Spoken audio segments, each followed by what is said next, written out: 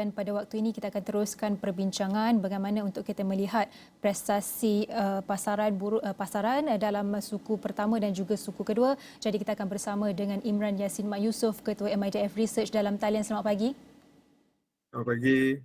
Baik, pertama sekali melihat kepada prestasi pasaran saham minggu ini, apa yang Imran boleh beri kesimpulan mengenai prestasi pasaran saham pada awal suku kedua?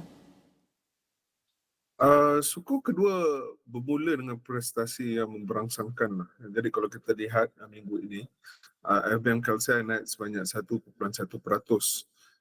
Mungkin ada sikit kelemahan pada hari Rabu lepas di mana pelabur mengambil untung. Tetapi semalam kita lihat bagaimana FBM Kelsia melonjak naik dengan lebih kukuh. Prestasi semalam disebabkan oleh antaranya syarikat Prasmetal, counter Prasmetal, oleh kerana harga aluminium yang melambung. Jadi ini memberi sokongan kepada FBM KCI. Minggu ini juga didominasikan oleh saham-saham minyak dan gas berikutan tindakan OPEC Plus untuk mengekalkan potongan pengeluaran minyak oleh ahli kartel itu. Jadi mungkin boleh kongsikan juga apakah sektor-sektor yang mendapat tumpuan pelabur-pelabur untuk minggu ini, Imran? Tiga sektor yang menunjukkan prestasi yang memberangsangkan. Semua sektor-sektor menunjukkan kenaikan lah minggu ini. Tapi tiga sektor yang paling terserlah lah adalah sektor tenaga, sektor kesihatan dan sektor barangan dan servis konsumer lah.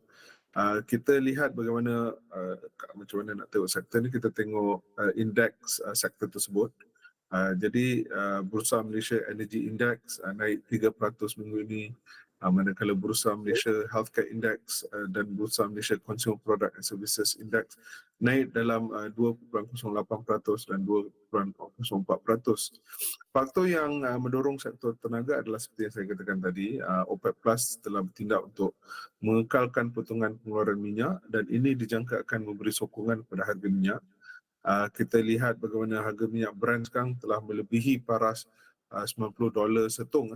Kami di MIDF Research menjangkakan purata harga minyak Brent untuk tahun ini adalah dalam paras RM84 setung. Jadi dah melebihi kita punya jangkaan sekarang ni. Jadi dengan ini dijangkakan pendapatan syarikat minyak dan gas akan bertambah baik untuk tahun ini. Jadi dari situ kita boleh lihat bagaimana pelabur memberi fokus kepada sektor tenaga. Untuk sektor kesihatan, kami berpendapat bahawa ini didorong oleh jangkaan kemasukan lebih ramai lagi pelancong kesihatan atau health tourist. Ini juga akan memberi impak yang positif kepada pengguna, sektor pengguna atau consumer sector lah. Dan kita nak tahu juga bagaimana Imran menjangkakan prestasi pasaran saham pada masa terdekat ini dan adakah ia akan mendatar ataupun akan mula melonjak naik ataupun sebaliknya? Kami menjangkakan prestasi FBM Kelsia untuk mungkin dalam tempoh lebih kurang 2 minggu ini akan lebih kurang mendata. Maksudnya mendata tak adalah dia pada paras yang sama saja, tapi dia akan berdagang antara paras 1530 dan 1550. Walaupun minggu ini menunjukkan prestasi yang memberangsangkan, ia masih lagi berdagang. Kalau kita tengok minggu ini masih lagi berdagang dalam julat yang stabil, iaitu 1530 dan 1550 sejak bulan Februari yang lepas lagi. Jadi dengan cuti Aidilfitri minggu depan ni ada 2 hari di mana bursa saham tutup dan juga pelabur-pelabur juga mungkin akan mengambil masa untuk cuti hari raya, mengambil cuti yang panjang. Jadi mungkin tiada katalis jangka pendek untuk menyokong FBN Kelsia untuk pergi lebih tinggi daripada paras 1550 lah. Jadi apa yang kita akan lihat akan mungkin ada hari akan ada sedikit penurunan, ada hari akan ada sedikit kenaikan, tapi akan berdagang pada julat yang agak stabil lah. Jadi untuk tahun ini pada pendapat Imran, apakah faktor yang mungkin akan mendorong prestasi pasaran untuk sepanjang tahun 2024? Untuk tahun ini faktor utama adalah untuk pasaran saham adalah apa tindakan US Fed. Ini mungkin sama seperti apa yang kita katakan pada tahun lepas, tapi kali ini berbeza. Faktor untuk tahun ini, faktor US Fed untuk tahun ini adalah faktor yang positif, di mana pasaran menjangkakan pihak US Fed akan memotong kadar pinjaman mereka. Ini akan memberi dorongan kepada pasaran saham global dan memberi impak kepada sentimen lebih-lebih lagi pelabur di sini, di mana sentimen akan bertukar kepada sentimen yang positif. Dan dengan ini kita boleh menjangkakan pasaran saham kita akan melonjak naik melebihi paras 1,550 itu apabila kita lebih dekat kepada masa untuk US Fed memotong kadar pinjaman mereka. Di samping itu, kami juga berpendapat bahawa pemulihan dagangan luar negara juga akan memberi kesan positif. Ni ekspor import kita, tahun lepas ekspor kita mengucuk, tapi tahun ini kita menjangkakan ekspor kita akan berkembang kembali, dan ini akan memberi impak positif kepada ekonomi negara dan memberi impak yang positif kepada pasaran saham. Jadi faktor yang penting, faktor ini antara faktor-faktor yang terpenting untuk pasaran saham domestik. Dan seterusnya, pelabur asing kalau kita lihat terus mengkalkan aliran jualan mereka di Bursa Malaysia untuk minggu kelima berturut-turut pada minggu lalu dengan nilai saham RM435.1 juta meningkat 38.6% kalau kita bandingkan dengan minggu sebelumnya. Jadi apa komen Imran kepada sentimen yang mempengaruhi keputusan ini?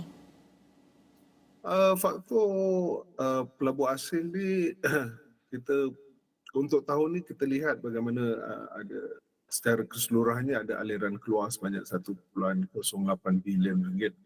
Tapi ini hanya mula berlaku pada akhir bulan Februari.